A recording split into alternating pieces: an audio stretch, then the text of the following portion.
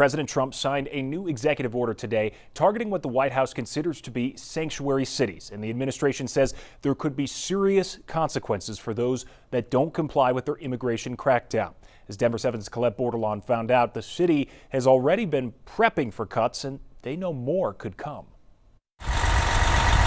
Immigration happens every day. But in late 2022, Colorado started to see a historic influx of new arrivals to the city.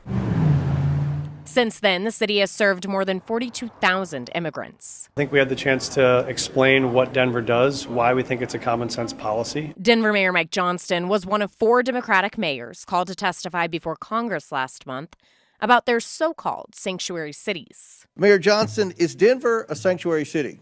Folks use that term differently. I can tell you what Denver does. We do not. Okay, I take that as a yes. It's a title Denver has held since President Donald Trump's first administration, even though the city has never referred to itself as a sanctuary city.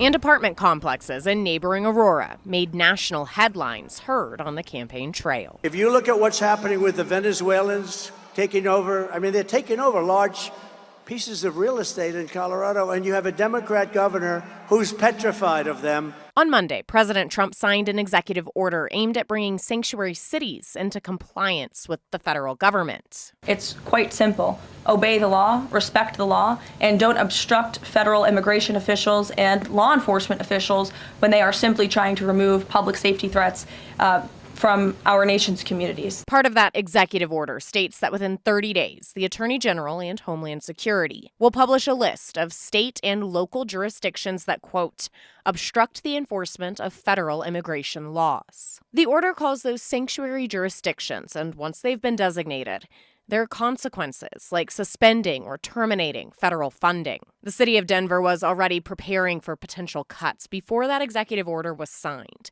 FEMA telling the city within the last month it will not reimburse them roughly $24 million meant for the city's newcomer response over concerns the city was using it for, quote, illegal activities. This was revealed during a city Department of Finance meeting Monday afternoon, in which the city's budget director says they will not include that money as part of the 2026 budget. The city does not have the capacity, if all of that federal funding were to go away, to backfill it.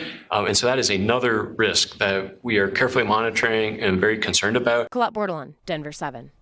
Governor Polis reacting to this new executive order. A spokesperson says, quote, Colorado is not a sanctuary state, and Governor Polis has been clear that when it comes to criminal investigations or prosecutions, local law enforcement should be working with federal partners in accordance with state and federal law to fight crime.